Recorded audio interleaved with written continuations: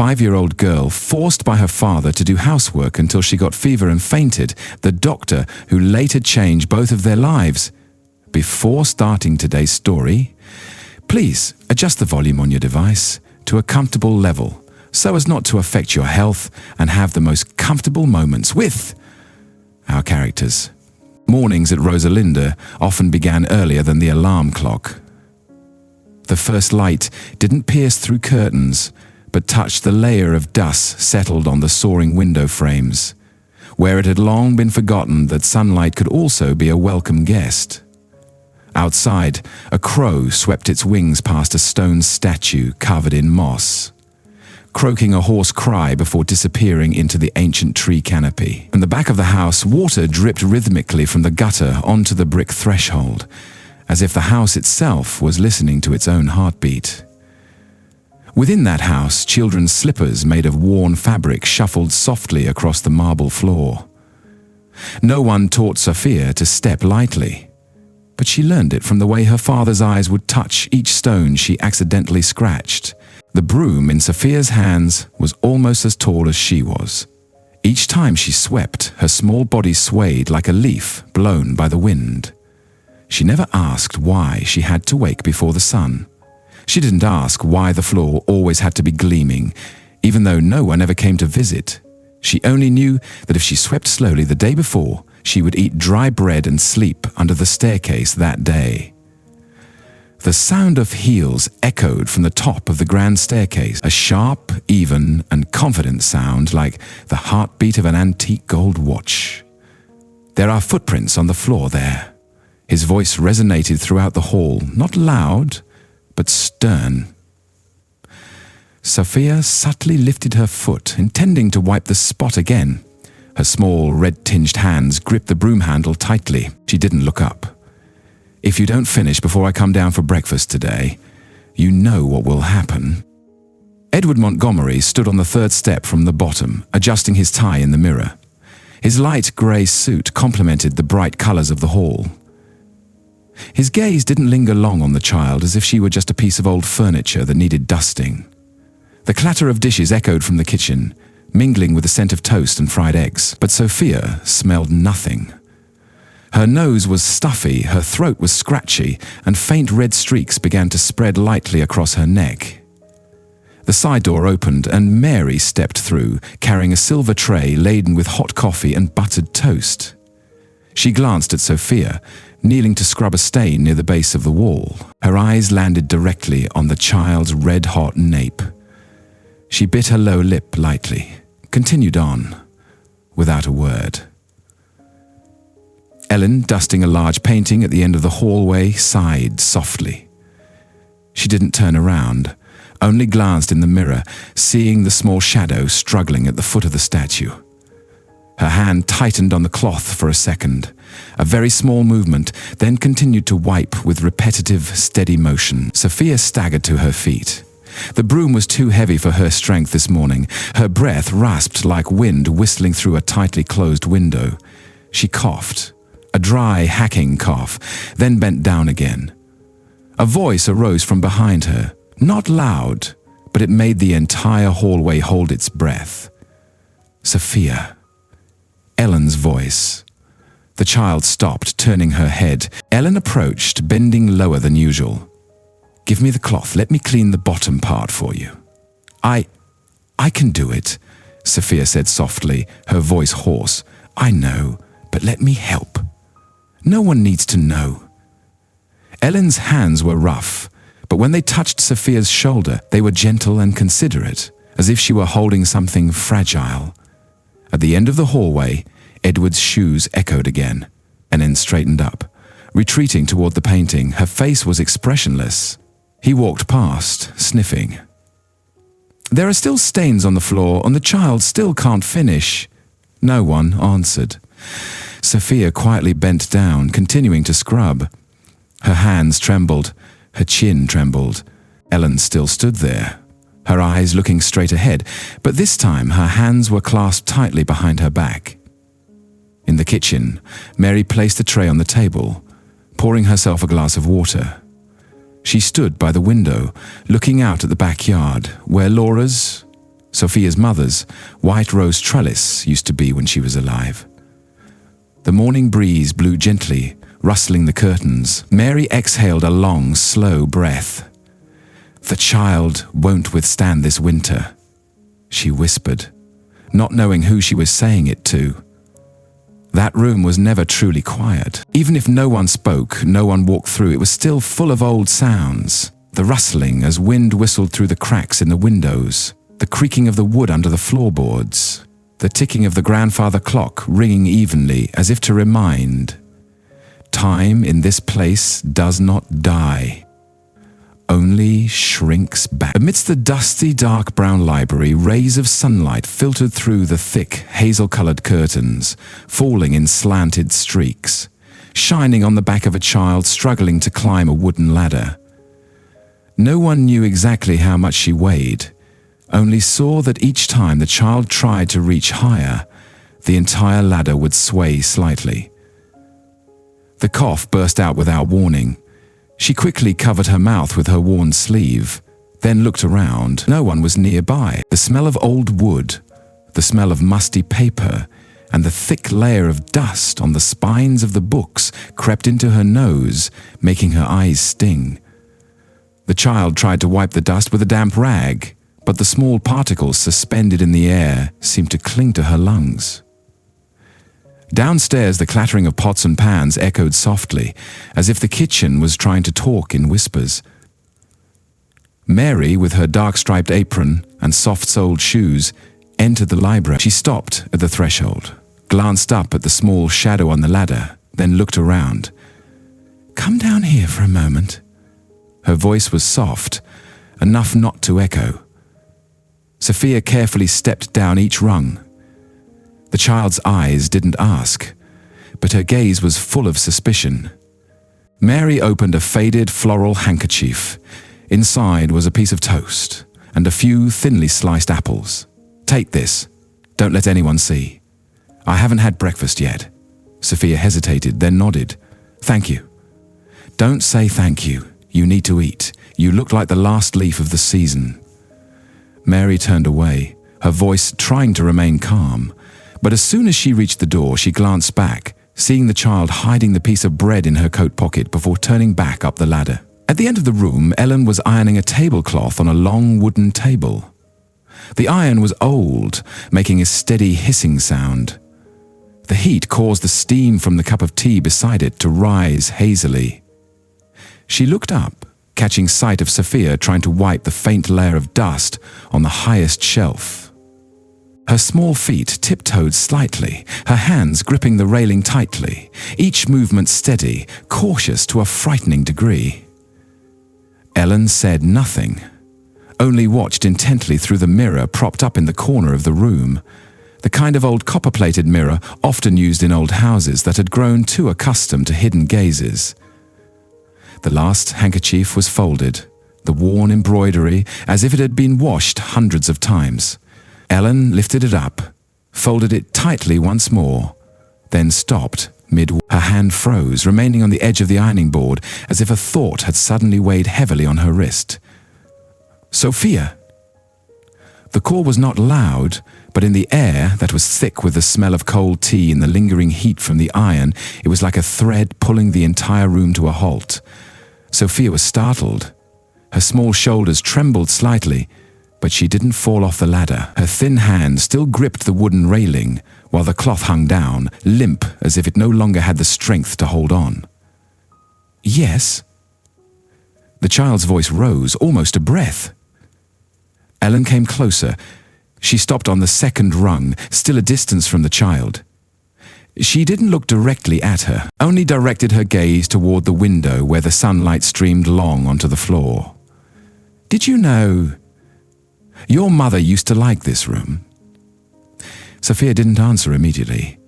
The child paused midway, then very slowly turned her head. The slanted light from the window touched her pale cheek, reflecting the old golden sunlight onto her anemic skin. In those eyes, tired, swollen from lack of sleep, there was something squinting. Not anger, not joy, but the emotion that lay somewhere between doubt and expectation. "No." Ellen came closer. She stopped on the second step, still a distance from the child.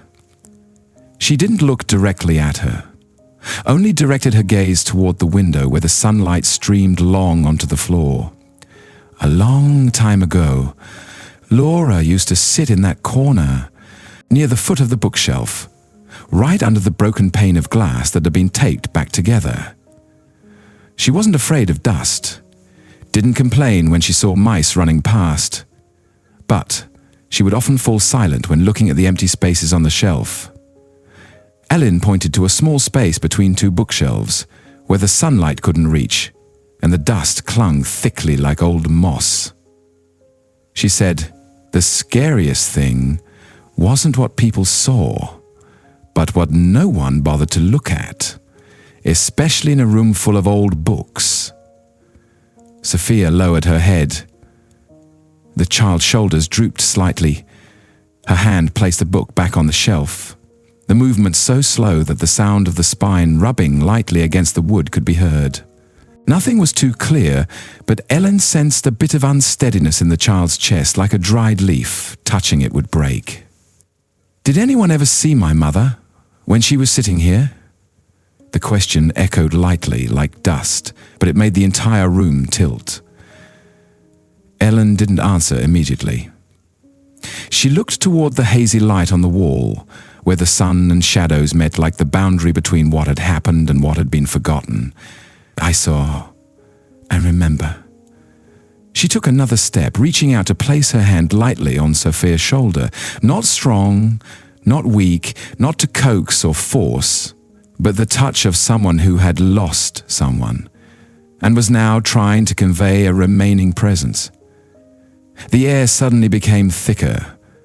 The library door opened slightly. Wind from the hallway swept in, carrying the scent of musty wood and something very light, very far away, like the smell of October, when the weather began to change and the earth began to quiet down. Sophia suddenly sneezed, a small but urgent sound, making the small person tremble like a willow branch. Ellen almost reflexively reached into her pocket and pulled out a folded handkerchief, clean with faded lavender embroidery. "Wipe it. If Edward sees you like this, he'll say you're faking illness to avoid work again," Ellen said, while handing the handkerchief towards Sophia. Her voice was neither sharp nor soft, just like an underground stream flowing across the silence of the room, cold enough to make the heart contract, familiar enough that no one would resist. The handkerchief was folded neatly, the edge slightly frayed, the smell of clean fabric mixed with a faint scent of mint, as if it had been used to wipe someone's forehead during an old fever. Sophia received it, her small hand trembling slightly when touching the slightly warm fabric from Ellen's hand. The child brought the handkerchief to her nose, inhaling slowly, then holding it still for a moment, as if it wasn't just a handkerchief but the last fragile layer of protection, before having to step back into the world of doubt that was waiting outside. Sophia's eyes, when she looked up, had no tears, no resistance, just a quiet area. So quiet that it made adults feel guilty. Those eyes were as if the child was used to the fact that every good word came with a condition, and every warm touch could be revoked at any time if someone found out. "Mrs. Ellen?" The child's voice was thin as a streak of dust falling in the sun, but something held back. "Yes?" Ellen turned, not surprised, but not in a hurry. In her eyes at that time, there was no longer the usual indifference, but a silent waiting thing. "Why did my mother like this room? It's too old." The question did not carry a reproachful look, just like a small plank drifting upstream, hoping to find a wall to bump into. Ellen looked out the window. The sun had gradually receded, leaving only a few faint streaks of light, falling on the wood like the breath of the end of the day. Dust flew in the light, quietly like mist. The wind blew through the crack in the door, gently blowing into the silver hair that was scattered before her forehead. She said slowly, "Because this place is quiet, and because no one comes to disturb." Then she turned back, this time not avoiding the child's eyes. Sophia stood there, still holding the handkerchief, her chin trembling slightly. But her gaze did not run away. Ellen came closer, sitting down on the old wooden chair next to the foot of the ladder, her back straight but her hands loose. Just like you, quietly, without anyone needing to know, still doing everything. Laura used to say, "There are people who don't need light, just a corner where no one crowds so they can keep a little something for themselves." Her voice was soft but not trembling, as if she was reading herself in the words of the one who had been lost. As if she herself had been such a person, had sought an old room so that no one would call her name, no one would ask her to smile. Sophia said nothing. The child lowered her head, squeezing the handkerchief in her palm. The fabric wrinkled, imprinted on her thin skin, a small but sure crease, like the feeling that was being etched into the child's heart at this moment. Her mother had been here, had lived, and maybe had been afraid of the things the child was afraid of. A moment later, Sophia began to step down the ladder, not in a hurry, but each step slow, her small feet touching each rung as if walking through a ritual. Her hand still held the handkerchief tightly, not wiping again, not folding again, as if afraid that just one movement, the warmth in it, would disappear. Ellen did not follow. She just sat still, her back straight, her hands clasped behind her back, her eyes not leaving the small shadow that was moving away. In that late afternoon light, no one said it in words, but they both knew. The child had just left the ladder, but had stepped closer to the memory of the mother that she had never been loved with a full call. Down in the kitchen, a light explosion suddenly echoed clattering and metal. It seemed Mary had dropped a pot. Ellen frowned, her back slightly bent down like a familiar reflex, but just a second later her face softened. "Go down and help her, but remember, don't let anyone know you're sick." Sophia nodded, and this time she ran a little faster, as if something in her chest had just been untied. Ellen stood up, gently touching the edge of the wooden table as she passed. She didn't look after anymore, but in her heart, there was still a sentence that had never been spoken. "Laura, the child is not alone, and I am no longer silent." The morning at Rosalinda passed in the steadiness of things that no one called by name. A suppressed cough, a hidden meal, a gaze preventing tears, and memories hidden behind thick, dusty curtains. But beneath that filtering light, something was stirring. A piece of memory, a pity, or perhaps the beginning of something that no one dared to say in words anymore. In the backyard, the orange tree shed its leaves in silent batches, signaling nothing beyond an unnamed weariness. Sometimes the most terrifying weather wasn't gusts of wind, thunderstorms, but a throbbing silence, as if heaven and earth were suppressing anger into the ground, just waiting for a reason to burst out. Sophia stood before the greenhouse door. The child's hand trembled slightly when she inserted the key to open the wooden lock. The hinge squeaked a short sound, dry and curt, like a warning swallowed inside. The greenhouse was still like every day. Humid air condensed on the glass, the smell of soil mixed with the smell of old fertilizer, thin patches of moss growing around the windowsills. Sunlight shone obliquely through the hazy glass, creating streaks of light cutting across the air as if someone had just slashed the space vertically. The child pulled a chair closer to a high window pane. The wooden chair was old, its legs slightly askew. One hand held the handkerchief tightly. The other reached up to wipe the mottled stain. Each movement seemed to take away a bit of the last strength in her body. Sweat gathered on her temples, soaked through her hair, then rolled down her ears. A metallic sound gently collided with porcelain, echoed from afar. The sound of a spoon touching the bottom of a cup in the kitchen. Then everything returned to silence. Only the child's wheezing breath echoed steadily, like the sound of a machine dripping oil in the night. Mary entered, still holding the cleaning cloth. She hadn't had time to speak when Sophia staggered. One foot slipped off the edge of the chair. The child's entire body tilted, falling straight onto the cold flagstone floor. The handkerchief in Mary's hand fell to the floor, but she didn't notice. Her soft shoes immediately veered through the potted plants, her long skirt snagging on a chair leg that she didn't even feel. In that moment, time seemed to expand. All sounds blurred, except for a scream that rang out, not high but sharp, shattered. "Sophia!" The small body fell to the cold brick floor, like a withered leaf with no support. The fall wasn't big, but it was unexpected and suffocating. The flower pot placed next to the window was hit hard, tilting and then falling. Wet soil splashed, covering Sophia's hair. A few grains sticking to the child's forehead, as if someone had used mud to mark a piece of white cloth that was too fragile. Mary knelt down. Almost at the same time Sophia's body touched the floor. Both of her knees hit the stone hard without feeling pain. Her hands trembled, not knowing where to put them first. On the child's cheek, or on her shoulder, or chest, as if she herself didn't believe what was happening. Finally, she placed both hands on that pale face. "Sophia, can you hear me?" The child's skin was burning. Not lightly warm from a fever, but dry and rough like paper that had been partially burned. Her lips were cracked, red streaks appearing like cuts, and her eyes, those eyes opened slightly, but had lost focus.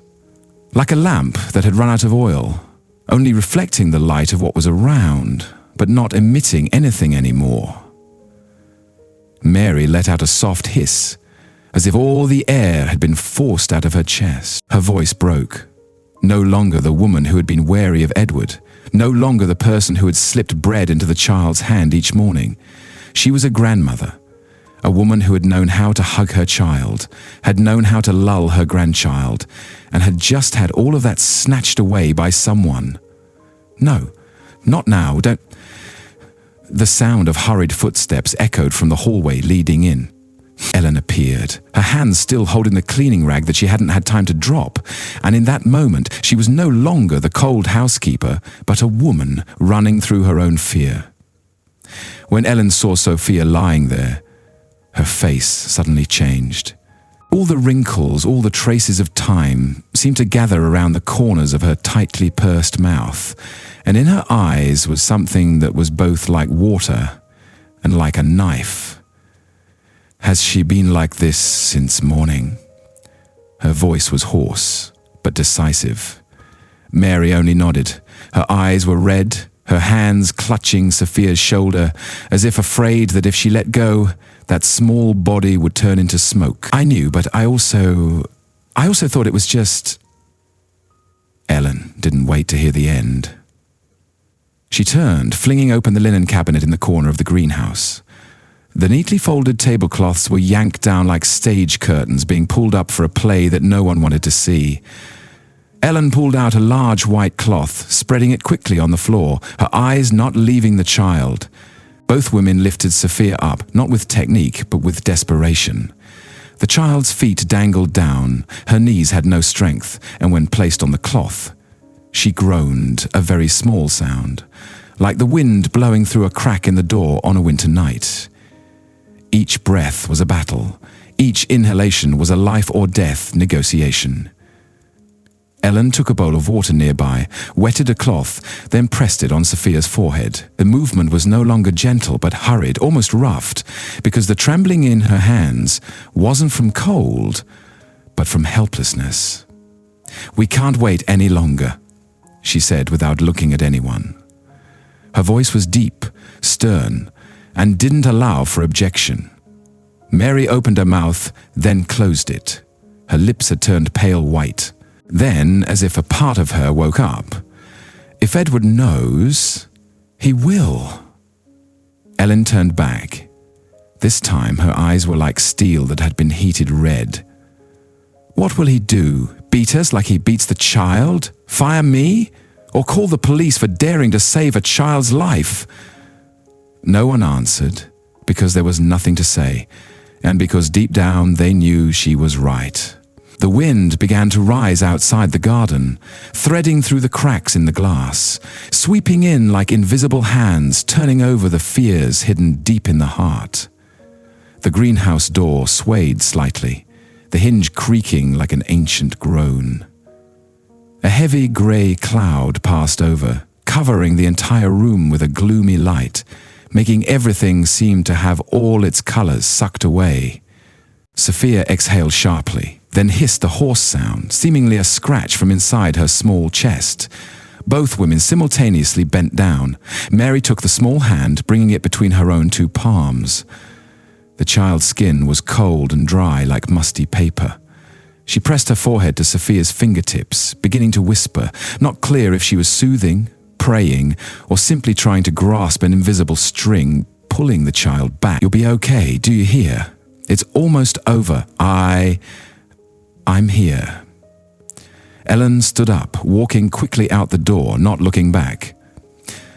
"I'm going to find George. We need a doctor. Not a doctor for horses, a real doctor."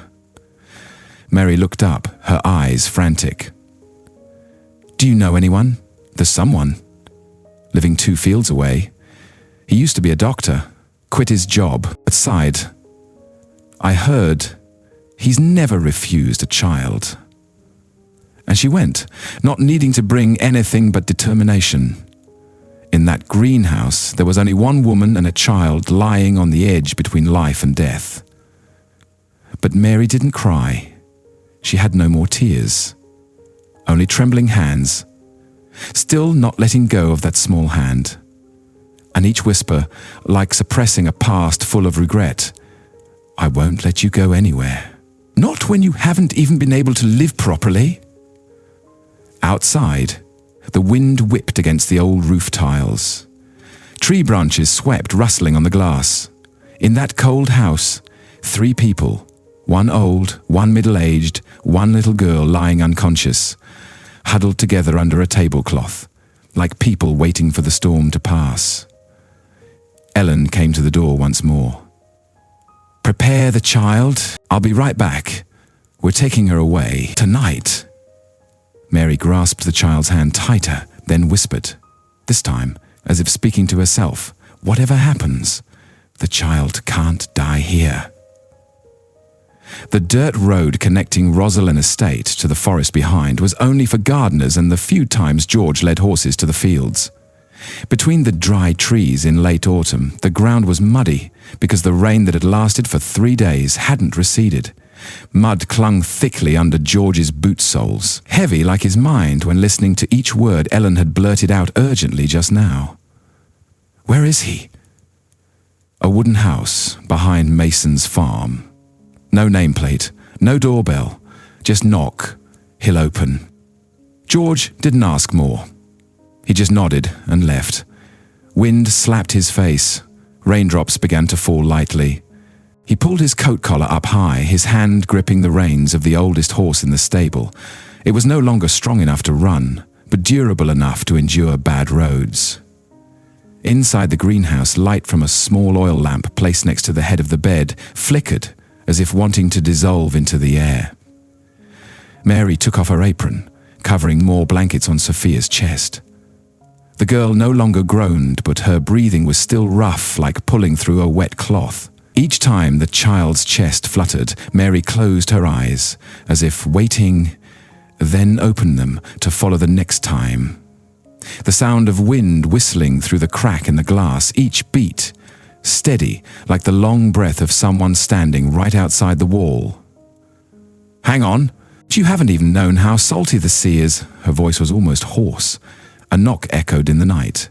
Not loud, not hurried, just 3 clear sounds, evenly spaced. Ellen opened the door. Outside it was raining heavily and George stood there, wet from head to toe, his cloak soaked. Behind him was a tall figure, slender but sturdy, wearing a wide-brimmed hat and a dark wax coat. "This is him." Then stepped aside. The man said nothing as he crossed the threshold. His gait wasn't slow, but seemed to carry the volume of a time that had grown too accustomed to silence. The wide-brimmed hat in his hand was carefully removed. The hair underneath had turned silver. sparse with a few strands scattered on his forehead, as if every fierce wind had scraped across that head many times. A few dry leaves still clung to the back of the dark coat, stuck after the long journey through the windy fields and humid forest. His face appeared under the dim yellow light at the front door. Bony cheekbones, deep wrinkles at the corners of his eyes. But it was those eyes, the eyes that had witnessed too much loss to be panicked anymore. Only a very small, very durable gentleness remained that couldn't be broken. Ellen didn't greet formally. She just nodded, slowly and surely, her voice as warm as an oil lamp in the night. "Thank you for coming." He replied with a short sentence, almost not carrying breath, "Lead me to the girl." Ellen walked ahead, leading him through the old tiled hallway in the dim light from the oil lamps.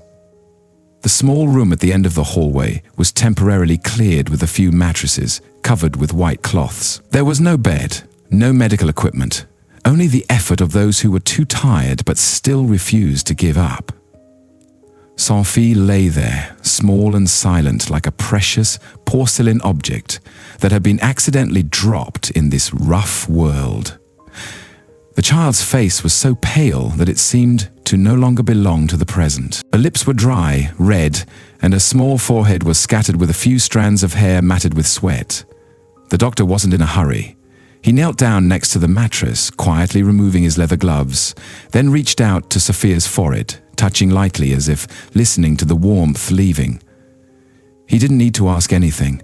All the questions were answered through skin, through pulse, through each broken breath. After her forehead, he moved his hand down to the child's wrist. His thumb touched the artery, holding it still. Time at that moment seemed to stop. His fingers didn't move. His eyes didn't blink. Only his chest fluttered lightly, counting each breath of his own, as if waiting for a whisper from the faint life under his hand. Mary sat in the corner of the room, her hands holding the edge of her skirt, her eyes staring at every movement of that man as if he was the last hope wrapped in a silent form. "Is the condition dangerous?" Her voice echoed like steam rising from a pot of cold soup, fragile and pleading. The doctor still didn't answer immediately. He pressed his ear to Sophia's chest, listening. After a few long silences, he straightened up, his eyes still not leaving the child. "It will need medicine, strong antibiotics, and intravenous fluids." Hélène stood close to the window frame, frowning. Her voice hardened with worry. "We don't have anything here." He opened the leather bag he was carrying on his side. Every operation was still slow, careful. From inside, he pulled out a syringe, a few small infusion bags, tubing, disinfectant, cottony, things that were old but still carefully preserved as if each item carried a promise that hadn't had time to be fulfilled. "I've brought a little," he replied, preparing the syringe as he spoke. Ellen quickly spread a cloth down next to her. Mary helped hold Sophia's arm. The child's skin was so dry that just touching it felt like touching musty paper. When the needle touched her skin, Sophia frowned slightly. A small groan like the first breath after an hour of paralysis echoed. That sound echoed throughout the room, causing both Ellen and Mary to stop. Mary burst into tears. Her lips trembled, but she turned her face away, her hand still holding the child's hand tightly like grasping a fragile string. The doctor tightened the syringe lightly, then asked, for the first time looking directly at the two women, "How long has the child been in this condition?" "We're not sure. Maybe since yesterday," Ellen replied, her eyes not leaving Sophia's shrunken feet. "Where is the child's father?" The question echoed, but only floated in the air like a cloth that hadn't been dropped. No one answered. Both women lowered their heads, as if their silence was the clearest answer. The doctor looked at them both. Not angry, not suspicious. Only a thin layer of mist covering his eyes, like the sadness of someone who was used to healing in places where no one was allowed to hurt. "What is the child's name?" "Sophia," Mary said. Her voice was almost just a breath. The doctor nodded, his hands already starting to connect the infusion tube, checking the wire, adjusting the height of the water bag hanging on the old wooden bar that had been hastily buried next to the edge of the window. "Sophia will be okay, if we don't delay another night." The sentence wasn't a promise, nor was it reassurance, just a proposition. If, and only if, all the right things happened from this moment on. He rearranged the small cloth covering the child's chest, pulling the blanket higher to cover her feet, adjusting each joint of the infusion line accurately. Not wasteful, not careless. Each movement as if he had been doing this his whole life.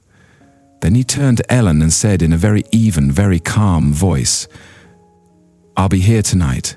We'll figure out the rest tomorrow." And in that room, between the wind whistling outside the window, between the faint light of the oil lamp, a child continued to live thanks to a man who had lost a lot, but still maintained his belief in saving a life that no one dared to look closely at.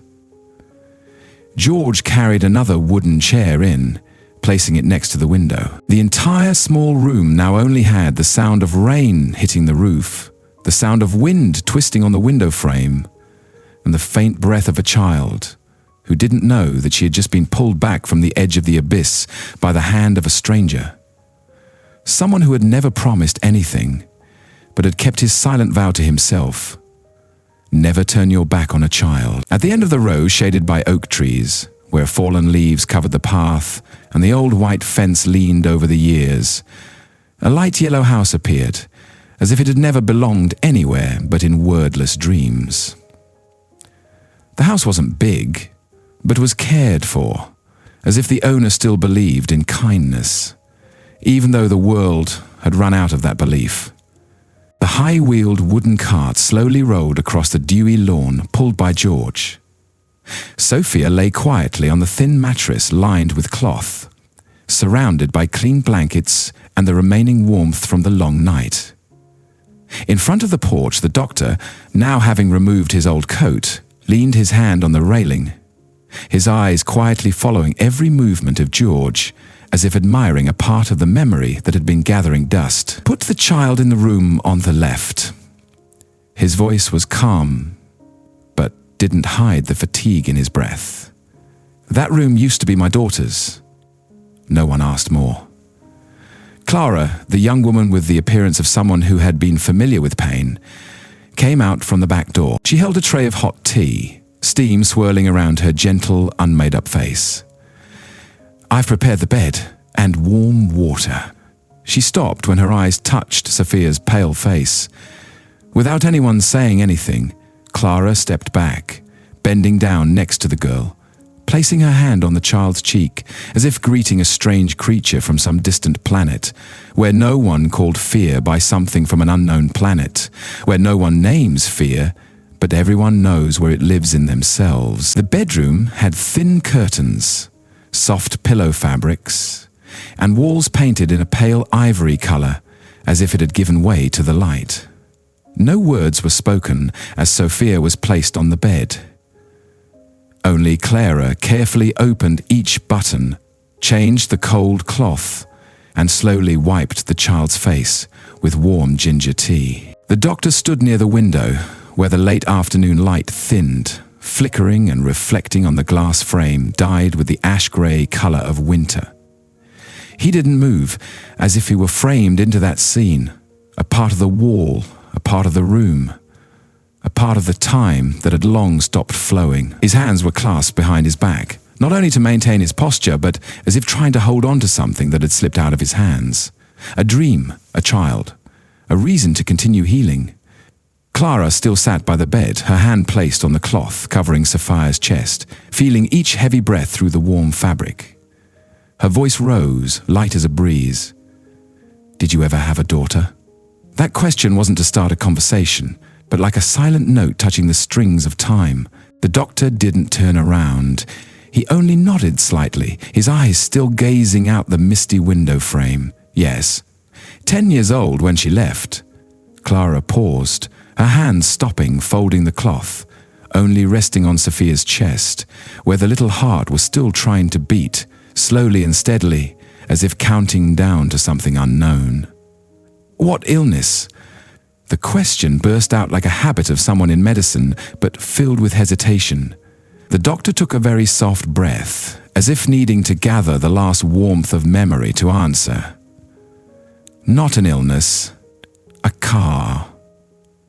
Silence enveloped the room, like a winter blanket that was too heavy.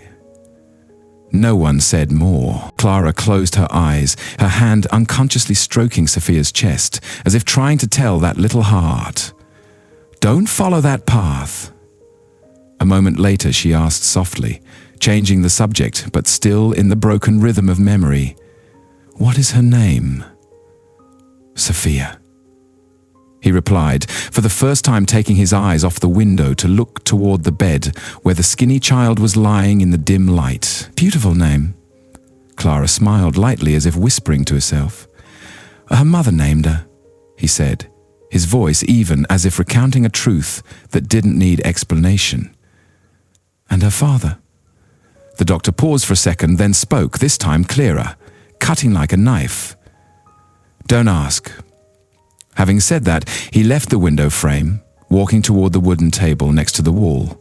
He opened the medicine bag, each movement slow but sure, as if in preparing medicine he could find some control that fate had taken away from him.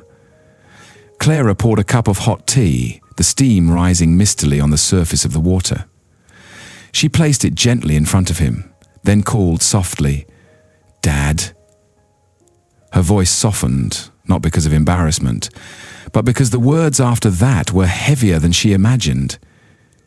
"If she doesn't make it, then what?" The doctor stopped.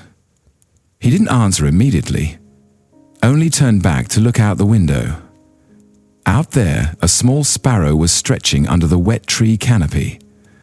Its feathers were drooping from the night rain, but its eyes were still bright. Not panicked, not lost, simply surviving, like an instinct. Then, at least, she didn't die in solitude. Clara was silent. Her hand tightened on the edge of the bedspread. Her eyes still gazed at Sophia, where each breath of the child was still like a fragile string, connecting everyone in this house together.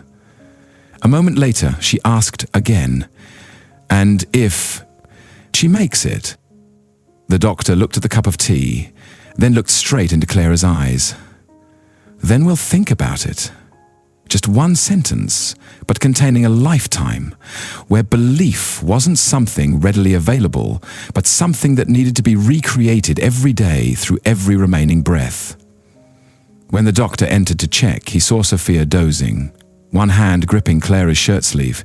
He said nothing, only stood watching for a long time. Then he turned away, walked out into the hallway and closed the door very softly. Clara sat quietly by the bed, not singing, not telling stories, simply being there. As autumn in the suburbs began to dry out, the early sunlight also changed to a paler color, no longer harsh but softening, like the palm of an adult's hand, placed lightly on a child's forehead. In the kitchen of the yellow house, the sound of a knife cutting bread echoed steadily. Clara quietly sliced thick pieces of bread, spread peanut butter, then arranged them on an old patterned ceramic plate. She wasn't in a hurry. Here, people didn't need to hurry. The doctor entered, carrying an ivory-colored letter, the edges old, with a red seal blurred with water and 2 lines of faded handwriting. "Mail from town." He placed it on the table close to Clara's hand. "I didn't open it.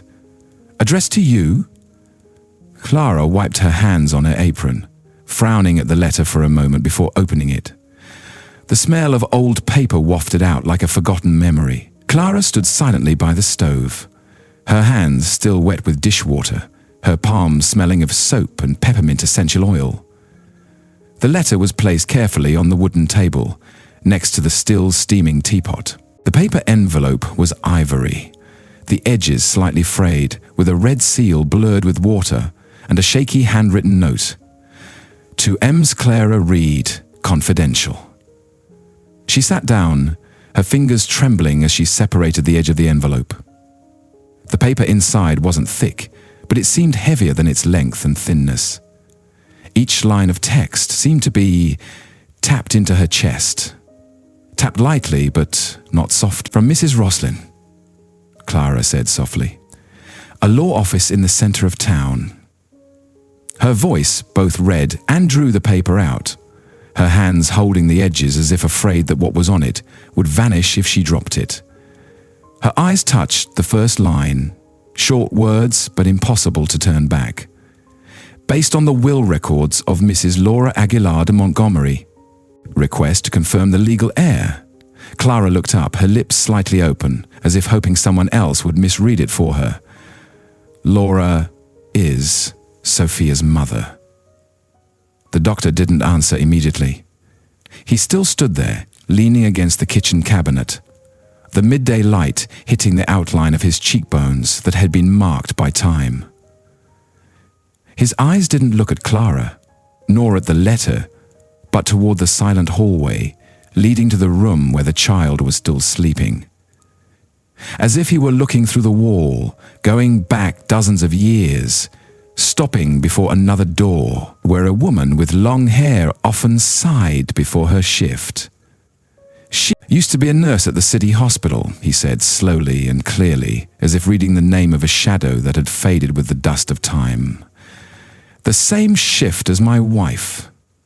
And then what? He closed his eyes for a short beat, then opened them, slower than usual.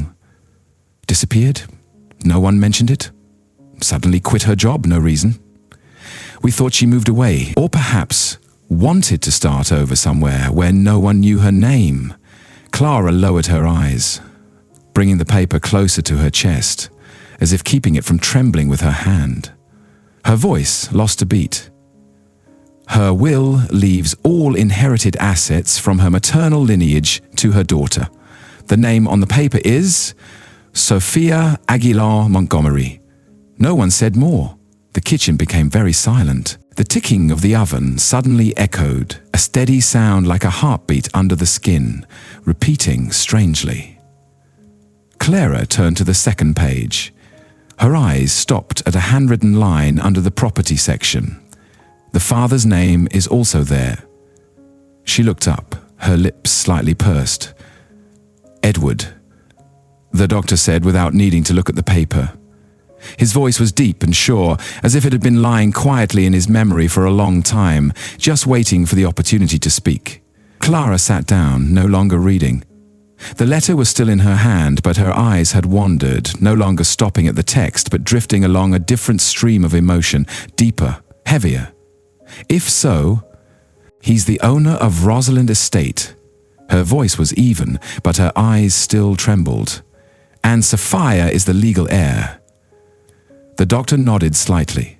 In his eyes there was no surprise, only confirmation of what he had perhaps suspected for a long time. If someone knew this, Clara didn't finish the sentence. But her eyes had already shown a clear vision, names being dragged out, documents being snatched open, hands reaching out not to grasp but to take away. The doctor interrupted, for the first time in the conversation, his voice becoming heavy. Then Sophia will no longer be safe here. Clara folded the letter. The movement was slow, careful, like folding a shroud for the memory of someone who had never been given a proper farewell. Each fold was like sewing up a secret that no one was brave enough to let go of. Should we report it? The question didn't have a quick answer. The doctor didn't answer immediately. He turned away, walking slowly closer to the oven as if needing more time to breathe. A moment later he said very softly, as if speaking to himself, "I've seen people arguing over money, fighting over land and kneeling for wills. But I've never seen anyone bow their head for a child." Clara clenched her hands. Her voice was small but decisive. The time will come when she needs to know. The doctor turned, looking straight into her eyes. Not judging, not suspicious. Only the shared silence of two people who had lost and were now preserving something that wasn't easy to name. When she's old enough to understand that the value of a home isn't in the title deed. And what about us? Clara asked. Not exactly to demand an answer, but as if redefining her position in this story. What are we? The doctor smiled, very lightly, as if smiling at his old self. We are the guardians, not the owners. That statement fell into the kitchen space like a vow, not written down, not needing to be notarized, but strong enough to protect a child from the hands that were about to reach out. In the afternoon, Sophia woke up after the longest sleep since coming here. She looked out the window, where the sunlight streamed through the curtains, creating small squares of light like traps capturing time. Can I sit up? Her voice was thin as a thread, but not broken. Clara entered immediately after, bringing a glass of water. Slowly, sit up on the pillows. Where's the doctor? He went out for a bit. He'll be back soon. Does the doctor often keep secrets? Clara paused slightly. Why do you ask that? Last night, I saw him sitting here. But he didn't touch me, just sat. His eyes are like Mum's. Like how? Not when she's happy, but when she's afraid of losing something that she's never been able to hold. Clara put the glass down, not smiling, not stroking the child's head as usual. The doctor used to lose his daughter. Maybe he sees a part of her in you. Sophia nodded lightly, then whispered, What if I am not family to anyone? Who said you aren't? Because no one comes to look for me. No one asks, no one claims. You're at home and we're here. The child didn't answer anymore, only leaned her head on Clara's shoulder. A light lean, not exactly trusting, but enough for the adult to feel that she was being chosen. At the end of the day, the last sunlight retreated from the porch, leaving a pale yellow color on the coarse fabric curtain. The kitchen fell silent, only the creaking of wood underfoot as Dr. Michael entered, his dark brown coat still dusted with leaves and the smell of dry leaves. He didn't take off his coat immediately, but went straight to the wooden table in the middle of the room, pulling a small envelope from his pocket, placing it lightly, as if afraid of touching it strongly would change something that hadn't been named. Clara was clearing the teacups on the shelf. Hearing the noise, she turned around, drying her hands and walking over. Her eyes stopped on the envelope. The paper was pale yellow, the folds careful, a small ink mark still wet in the right corner. What is it? She asked, light as falling dew. Miguel didn't look at her immediately. He took off his glasses, wiped them with the cloth lining in his coat, then replied, Temporary protection order. Sign it and I'll send it. And Clara looked at him, her eyes wide but not saying anything. We need to do everything legally, he continued, his voice hoarser than usual. But not loudly, you know what I mean. Clara pulled a chair out, sitting down. She touched the edge of the envelope lightly, feeling the thin paper like a layer of skin sealing something very important. Then she opened it, pulling out a set of neatly typed documents. A moment later, she looked up, her voice hoarse. You're listed as the guardian. Miguel shook his head. No, it's you. Clara went silent for a moment. She sat straight up as if pushed back by that sentence. I'm just a nurse. Her voice almost didn't believe what she had just heard. Her fingers tightened on the paper. On it, her name, Clara Reed, was typed in bold, in the position of legal temporary guardian. Below was the name of the child, Sophia Aguilar Montgomery. Miguel looked at her, his eyes no longer sharp like when examining, but silent and deep like a winter lake. No one keeps a child better than someone who knows what loss is. That sentence wasn't a compliment, nor a consolation. It was like a true stitch into an old wound, not hiding it, but gentle enough to help the skin heal. Clara looked at him for a long time. In her eyes was fear, faith, was the responsibility she had never asked for. Then she nodded.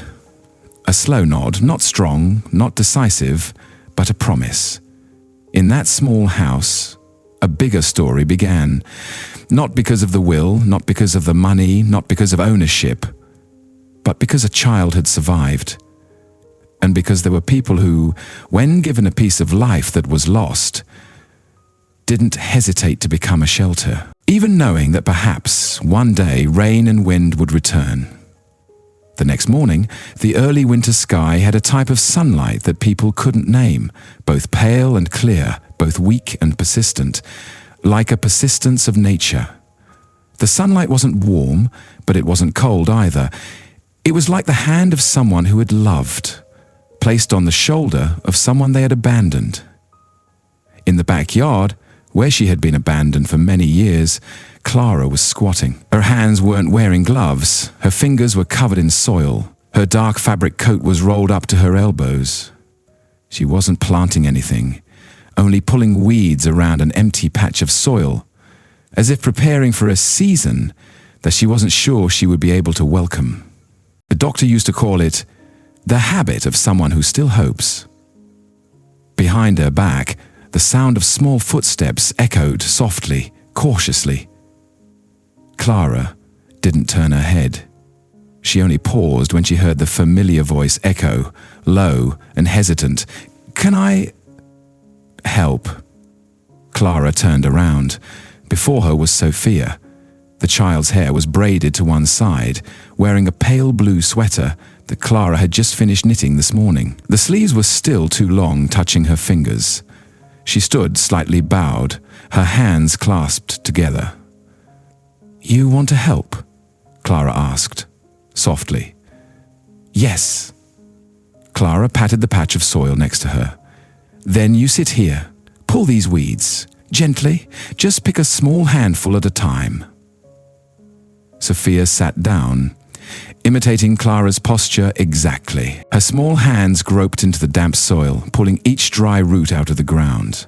A moment later, she looked up, the sunlight shining on her nose, her eyes flashing something very far away. What was this place before? Clara looked up, looking toward the edge of the garden where there were several old trees leaning to one side because of the wind. "Your mother used to plant lavender here." "My mother?" Sophia asked. Her voice soft, as if afraid of touching something that shouldn't be mentioned. "Yes, Laura. She used to live in this house for a while." Clara smiled, her eyes gazing toward the old place. "Not too long, but enough to plant a purple patch that everyone who passed by had to turn around and look at." Sophia didn't ask more. She lowered her head, her fingers caressing the soil. A piece of dry root tangled in her fingertips. The child peeled it off. Under the soil, mixed in with the dampness, were a few faint purple fragments. Dried flowers, or just a memory. "I don't remember the smell of flowers," Sophia whispered. Clara didn't rush to answer. She placed her hand on the child's back, just a light touch like a breath. "It's okay. We'll plant them again next season.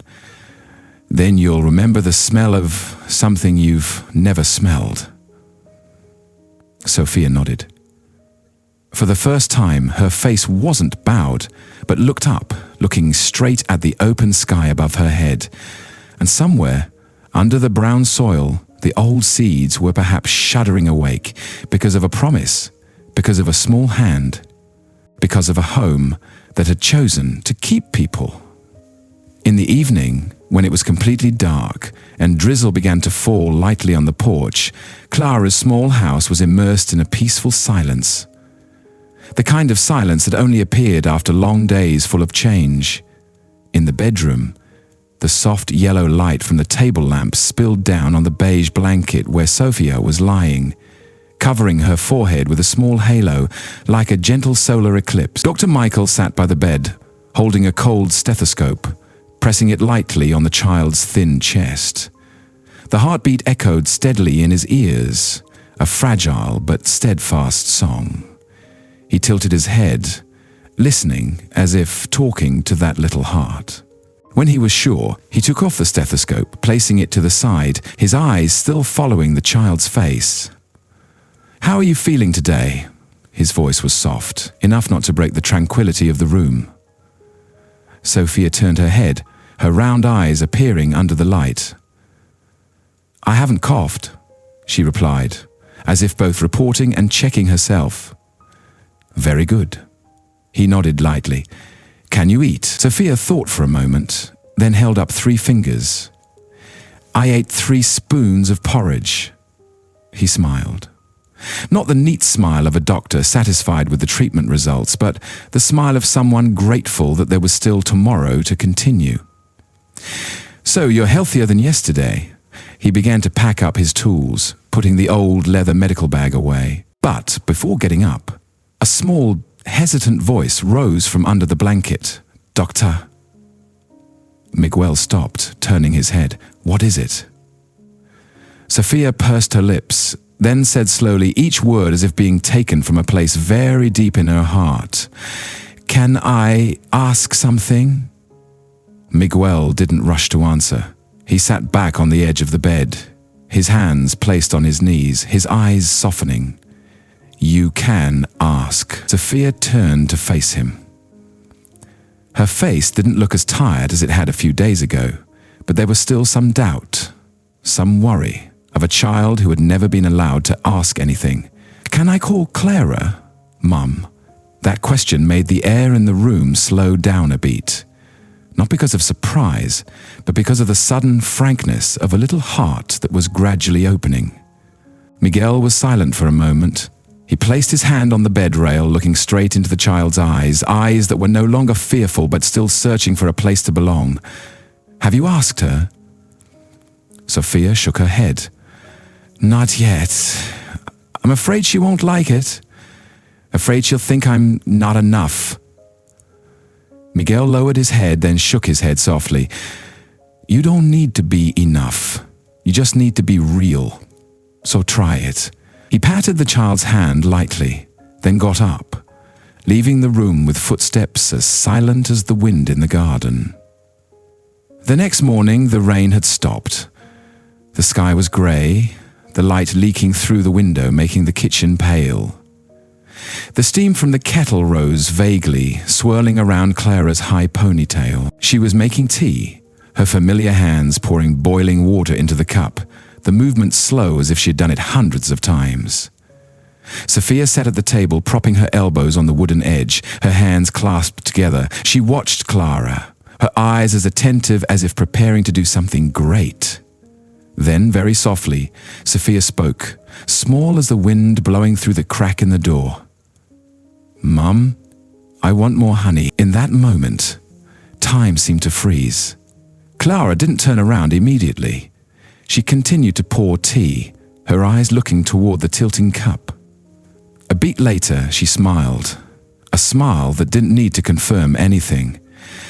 "Just 1 spoonful, okay?" she said, taking the honey jar and placing it next to Sophia's teacup. Sophia nodded. "Yes, Mum." No one said more. No one needed to ask again or explain. That name, Mum, was spoken without hesitation, without being reminded. And from that day on, Sophia called her that, as if she had always called her that, as if the whole house, the wind, the sunlight, all accepted it naturally. That afternoon, Clara hung a new picture on the wall. Not a painting, but a photo cut from an old magazine. A garden full of purple flowers, the light slanting through each petal like a dream. Under the right corner of the picture, she wrote in purple ink, "Promise to a season after." Miguel entered the kitchen, looking at the picture, then turning away, saying nothing. But that night, he brought back 2 packets of seeds from town. A packet of lavender, a packet of daisies. He didn't explain, only left them on the wooden table, right next to the teapot. Sophia saw, only nodding, not asking. She ran to get the small wooden box that her mother used to store things for later. She put the 2 packets of seeds in it as if storing a season in her palm. One night later, rain began to fall. Not heavy, but steady, like the breath of adults when sad. Sophia lay curled up next to Clara. The blanket was pulled across her nose. Her eyes were wide open, looking at the ceiling. Mom. "What is it, honey?"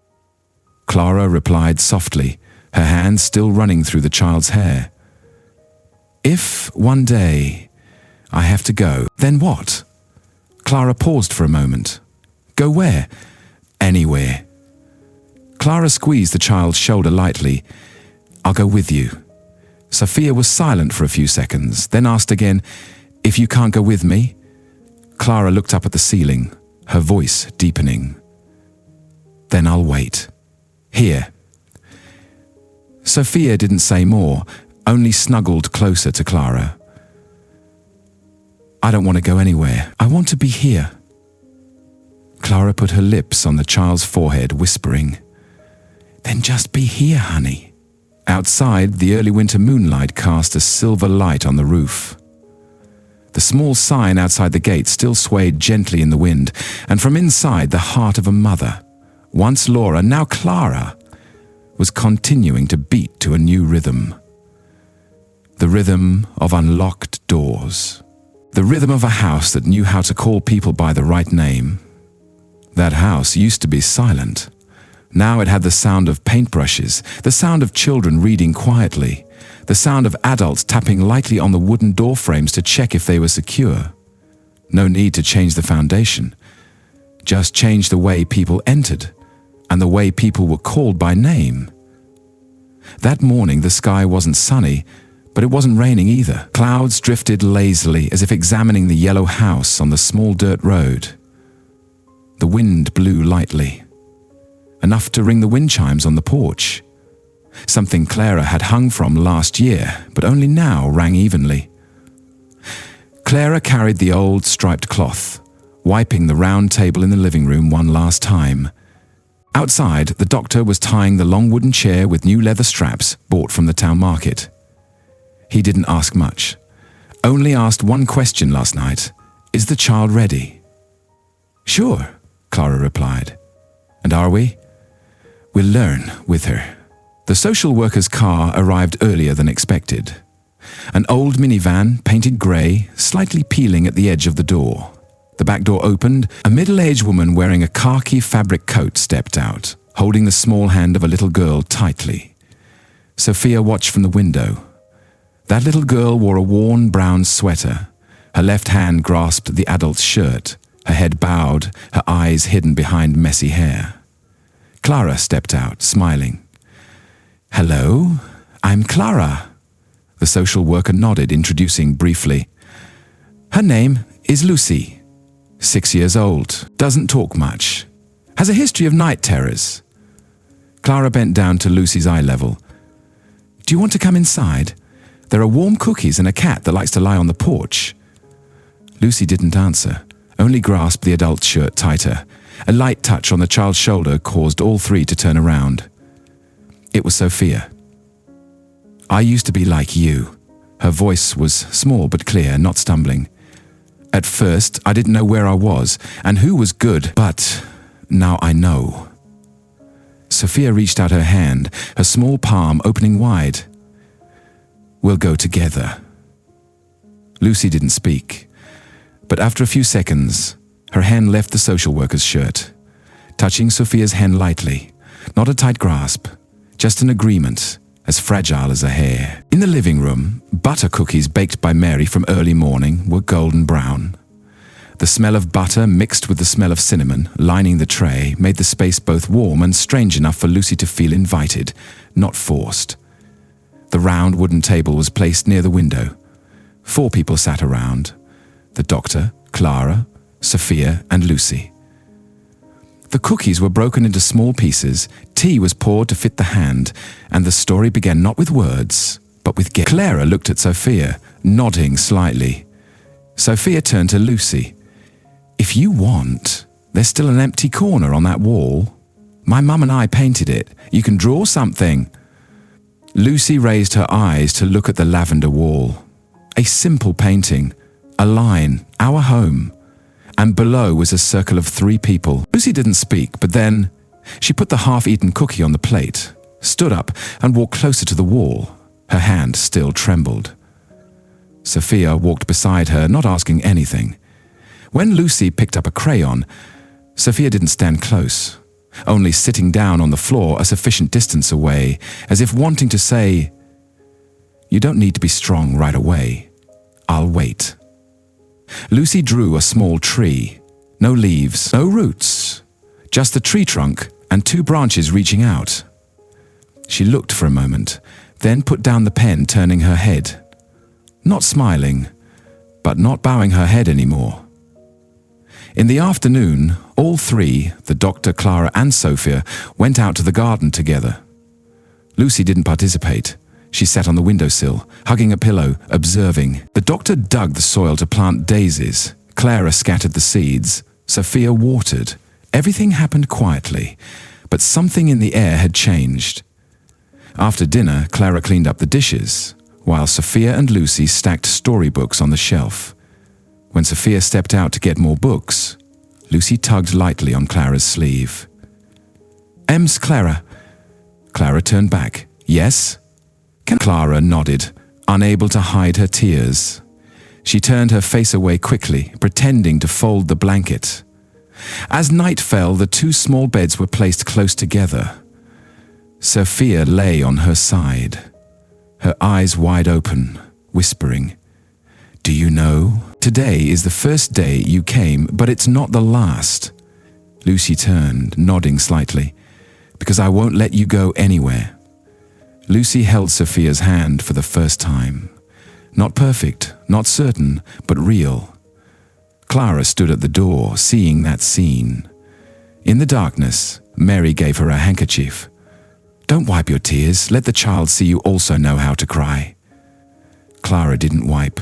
She nodded.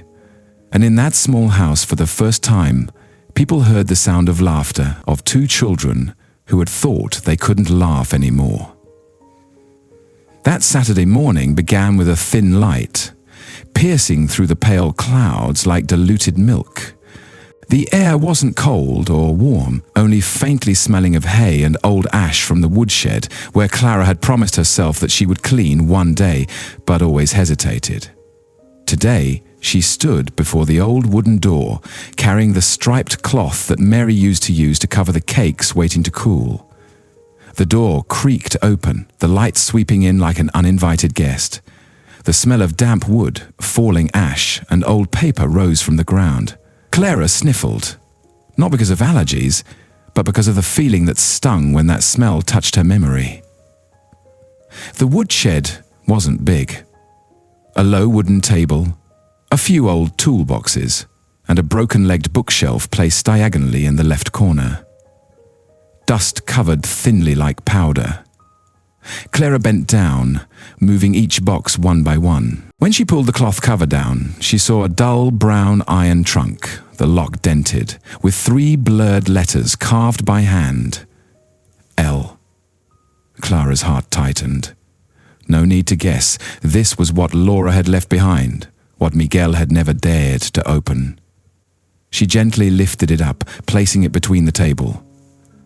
The trunk lid was stiff, opening with a drawn-out sigh. Inside, everything lay still, as if it had never been abandoned. There was an ivory-colored handkerchief, the edge embroidered with purple thread with a lavender trellis pattern. A leather-bound notebook that was wrinkled at the edge. Next to it was a stack of small photos tied with a worn silver ribbon. Clara exhaled slowly, her hand trembling slightly as she picked up the first photo. In the photo were 2 people. A young woman with her black hair tied loosely behind her face radiant, standing next to a tall, thin man, his eyes bright behind silver glasses. Both wore white lab coats, standing in front of a cardiovascular diagram in an old hospital room. Under the photo was a handwritten line in purple ink. Miguel and Laura. last year of residency. Clara held the photo. Walking out of the woodshed, the sun began to peek through the clouds, shining lightly on the lavender wall of the Reed house. She walked straight into the living room where the doctor was sitting quietly reading the morning paper. "There's something. You need to see." Miguel put the paper down. When his eyes touched the photo, his whole body seemed to be held between two breaths. He took it, carefully, as if afraid the thin photo would turn to dust. "I don't remember having this one." "In her trunk, in the woodshed." Miguel fell silent. His hand traced the lines on the photo. Laura's face, her hand resting lightly on his shoulder, her smile unforced, unpainted. "We used to be resident doctors on the same shift. She always came the earliest, left the latest, but I never missed a meal with a patient. Did you used to love her?"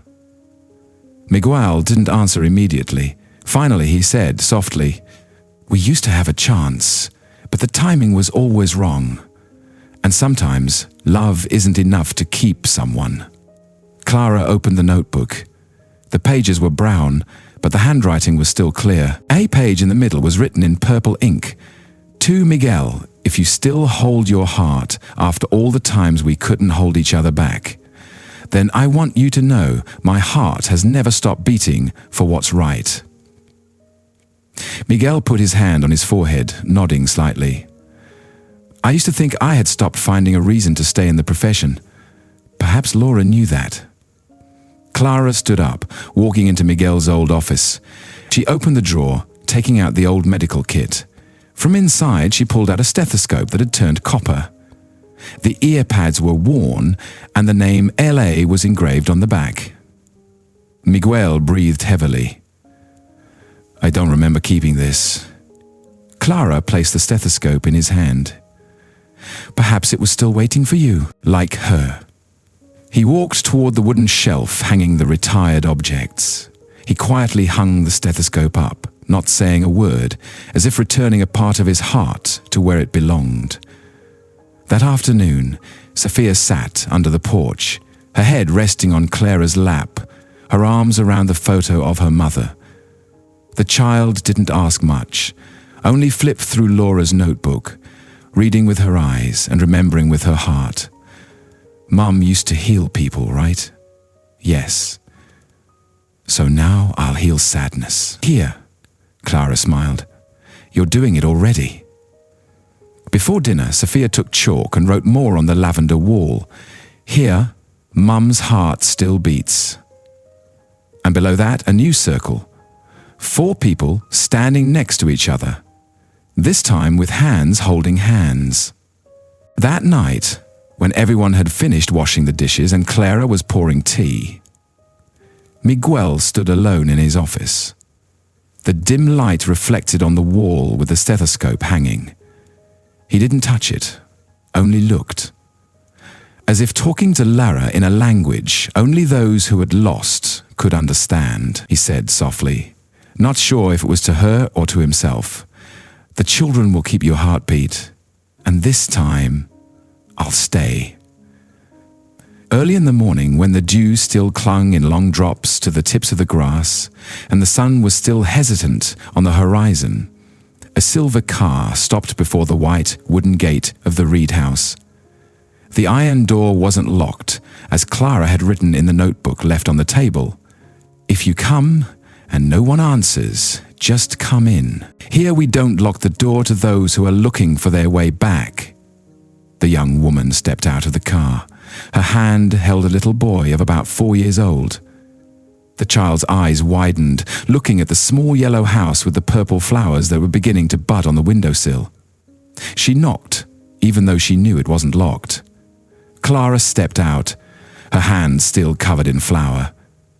She had just kneaded the first batch of bread of the day, the warm smell of yeast still clinging to her apron. "You are?" The woman pursed her lips, then said slowly, "I'm Miranda. This is my son, Camilo.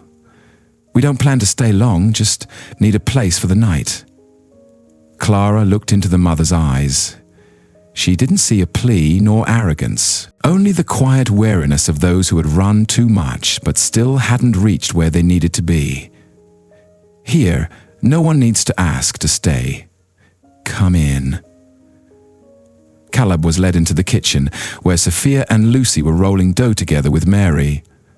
Lucy shyly looked at the boy, while Caleb didn't say anything, only tugging at his mother's sleeve.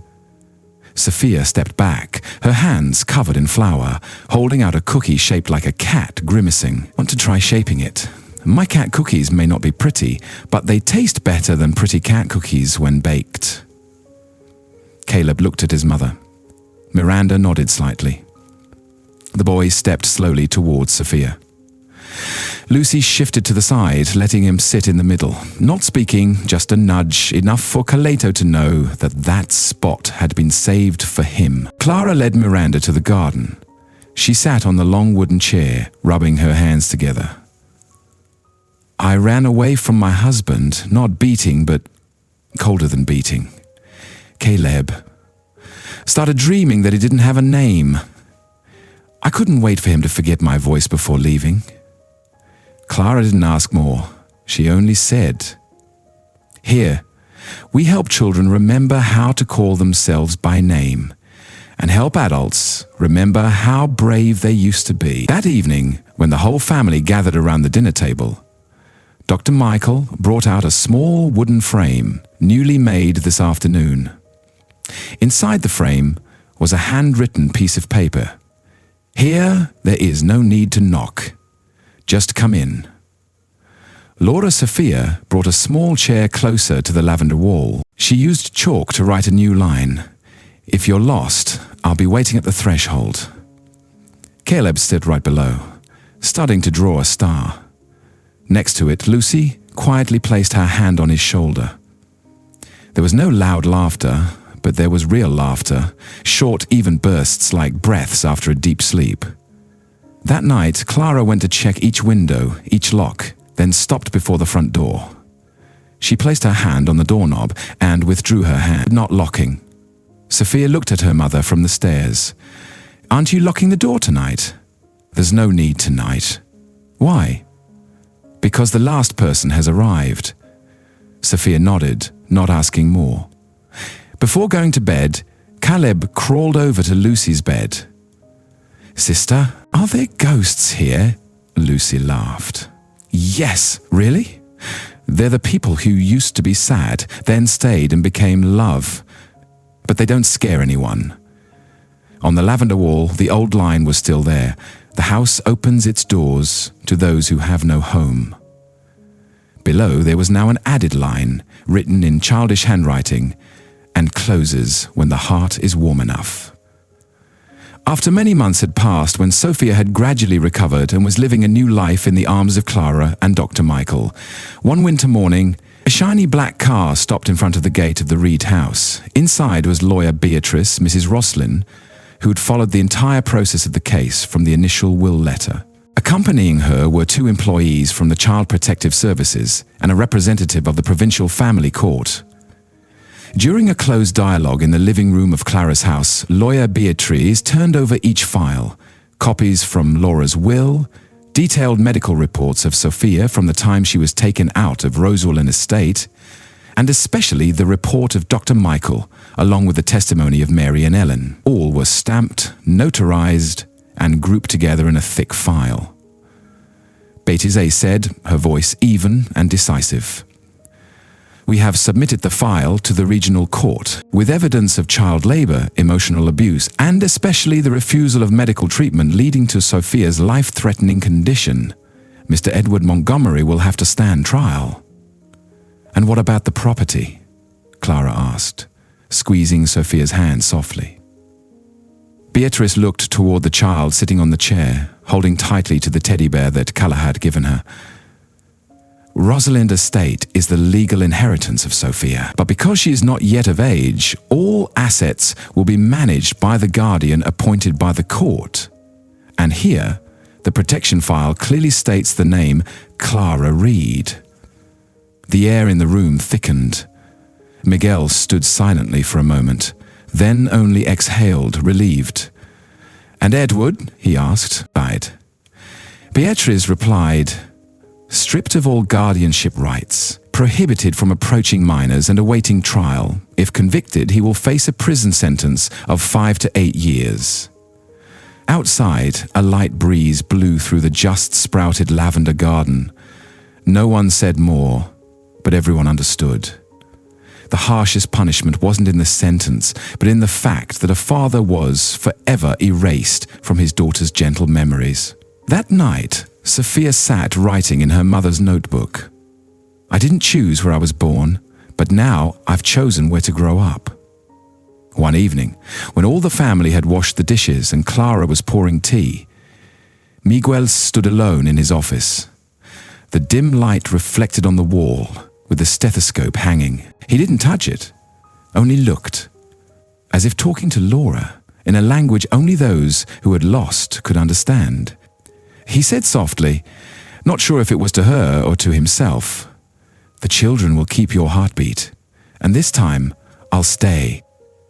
Early that morning, when the dew still clung in long drops to the tips of the grass and the sun was still hesitant on the horizon, a silver car stopped before the white wooden gate of the Reed house. The iron door wasn't locked, as Clara had written in the notebook left on the table. "If you come and no one answers, just come in. Here, we don't lock the door to those who are looking for their way back." The young woman stepped out of the car. Her hand held a little boy of about 4 years old. The child's eyes widened, looking at the small yellow house with the purple flowers that were beginning to bud on the windowsill. She knocked, even though she knew it wasn't locked.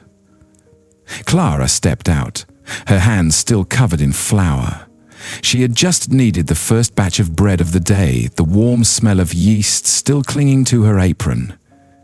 "You are..." The woman pursed her lips, then said slowly, "I'm Miranda. This is my son, Camillo. We don't plan to stay long, just need a place for the night." Clara looked into the mother's eyes. She didn't see a plea nor arrogance, only the quiet weariness of those who had run too much but still hadn't reached where they needed to be. "Here, no one needs to ask to stay. Come in." Caleb was led into the kitchen, where Sophia and Lucy were rolling dough together with Mary. Lucy shyly looked at the boy, while Caleb didn't say anything, only tugging at his mother's sleeve. Sophia stepped back, her hands covered in flour, holding out a cookie shaped like a cat, grimacing. "Want to try shaping it? My cat cookies may not be pretty, but they taste better than pretty cat cookies when baked." Caleb looked at his mother. Miranda nodded slightly. The boy stepped slowly toward Sophia. Lucy shifted to the side, letting him sit in the middle. Not speaking, just a nudge enough for Kaye to know that that spot had been saved for him. Clara led Miranda to the garden. She sat on the long wooden chair, rubbing her hands together. "I ran away from my husband, not beating, but colder than beating, Caleb. Sarah dreaming that he didn't have a name. I couldn't wait for him to forget my voice before leaving." Clara didn't ask more. She only said, "Here we help children remember how to call themselves by name and help adults remember how brave they used to be." That evening, when the whole family gathered around the dinner table, Dr. Michael brought out a small wooden frame, newly made this afternoon. Inside the frame was a handwritten piece of paper. "Here, there is no need to knock. Just come in." Lara Sophia brought a small chair closer to the lavender wall. She used chalk to write a new line. "If you're lost, I'll be waiting at the threshold." Caleb sat right below, starting to draw a star. Next to it, Lucy quietly placed her hand on his shoulder. There was no loud laughter, but there was real laughter, short, even bursts like breaths after a deep sleep. That night, Clara went to check each window, each lock, then stopped before the front door. She placed her hand on the doorknob and withdrew her hand. Not locking. Sophia looked at her mother from the stairs. "Aren't you locking the door tonight?" There's no need tonight. Why? Because the last person has arrived. Sophia nodded, not asking more. Before going to bed, Caleb crawled over to Lucy's bed. Sister, are there ghosts here? Lucy laughed. Yes. Really? They're the people who used to be sad, then stayed and became love. But they don't scare anyone, Caleb chuckled. I want to meet them. Lucy took her hand and pulled the blanket up for the boy. You'll see them tomorrow, in people's smiles when they call you by the right name. That morning it was raining lightly. The wet smell from the garden drifted into the kitchen, mingling with the scent of hot coffee. Clara stood by the window, looking at the children running around on the porch, each one with a different shape, a different story, a different past, but the same home. Miguel walked closer, holding a cup of tea. How many children are there in this house now? I don't count anymore. And remember each time I open the door. He smiled softly. Laura would be so proud. No. Clara looked out at the grey sky. She doesn't need to be proud. Thank you for joining us on this emotional journey. Sophia's story is not only a journey from darkness to light, but also a testament to the power of love, perseverance, and quiet kindness. From a little girl who was abandoned and suffered silently, Sophia found her true family, not through blood, but through people who chose to love and protect her with all their hearts. What do you think of this story? What touched you the most? Have you ever met someone like Clara? Someone who didn't need a title, but was willing to become a mother just by being there and loving? Leave your thoughts in the comments below. We'd love to hear your story. And if you believe the world needs more places like the Reed House, don't forget to subscribe to our channel to continue accompanying us on more humane, profound, and healing stories. See you in the next story.